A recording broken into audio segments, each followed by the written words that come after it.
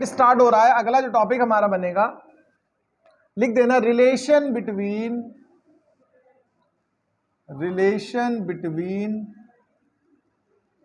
Small g and capital ji.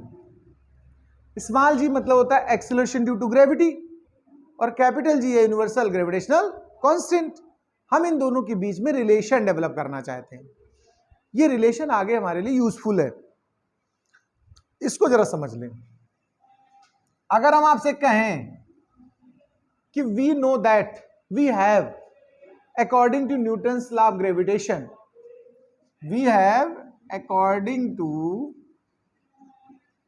Newton's law of gravitation, तो जरा देखना भाई जी, ये फार्मूला होता है F is equal to capital G m1 m2 by R square. होता कि नहीं होता है? कोई दिक्कत? अगर ये दोनों ऑब्जेक्ट्स, एक अर्थ ले लो और एक अर्थ के ऊपर कोई रखा हुआ दूसरा ऑब्जेक्ट ले लो, एग्जाम्पल बदल लो। जैसे ये अर्थ है, अर्थ के लिए ध्यान रखिएगा हम रेडियस ऑफ अर्थ को आर ई बोलते हैं, R for radius, E for Earth, और मास ऑफ अर्थ का नाम देंगे हम लोग एम ई। इनकी वैल्यूज बता देता हूं आपको, आगे कैलकुलेट करूंगा वो अलग बात है। 6.4 10 टू पावर 6 मीटर, और ज्यादा स्टैंडर्ड तो वो 37 ऐसे लिखा होता है। आप इनमें से दोनों ही याद कर लें, ज्यादातर हम लोग इसको यूज करेंगे, इससे थोड़ा कैलकुलेशन हमारी कन्वीनियंट हो जाती है। ये रेडियस ऑफ अर्थ है 6400 किलोमीटर्स, अगर किलोमीटर्स में कहें तो, या ऐसे कह सकते हो 6370 किलोमीटर, तो 30 किलोमीटर हम और बढ़ा लेते हैं। ऐसे मास ऑफ अर्थ की भी बात बता दूं आपको, 6 इंटू 10 टू पावर 24 kg, ये मास ऑफ अर्थ की वैल्यू है। ये आगे फर्दर निकाली भी जाएंगी, बट जानकारी भी होनी चाहिए आपको थोड़ा सा। तो मैं बात कर रहा था, मैंने कहा एक ऑब्जेक्ट हमारा खुद अर्थ है और एक इसके ही सरफेस पर कोई ऑब्जेक्ट रखा जिसका अपना मास m है।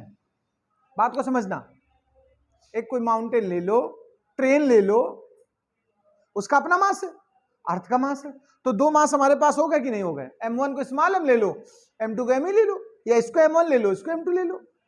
इनके बीच का जो सेपरेशन होगा वो आर ई के इक्वल होगा, रेडियस ऑफ अर्थ बाई अगर थिकनेस हम ट्रेन की लें तो 6400 किलोमीटर के सामने 1-2 मीटर की हाइट वाली ट्रेन कोई वैल्यूफुल होगी क्या? निग्लेजिबल ही तो रहेगी एक तरह से। तो जो इनके बिटवीन का सेपरेशन होगा वो आर ई ही लेट कर लेंगे।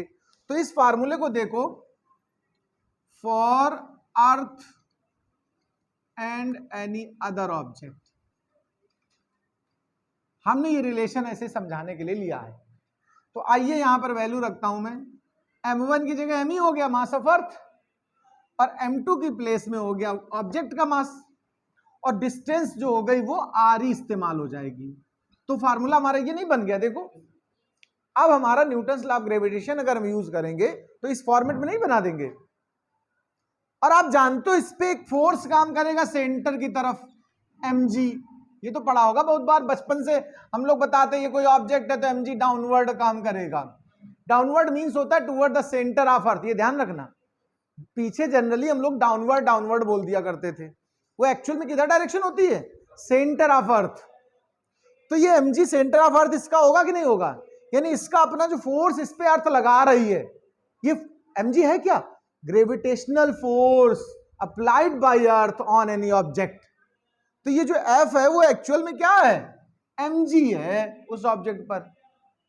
तो इस F को पुट कर दिया mg, तो g m e m by R E square, cut कर दो स्मॉल m, तो small g is equal to क्या बना?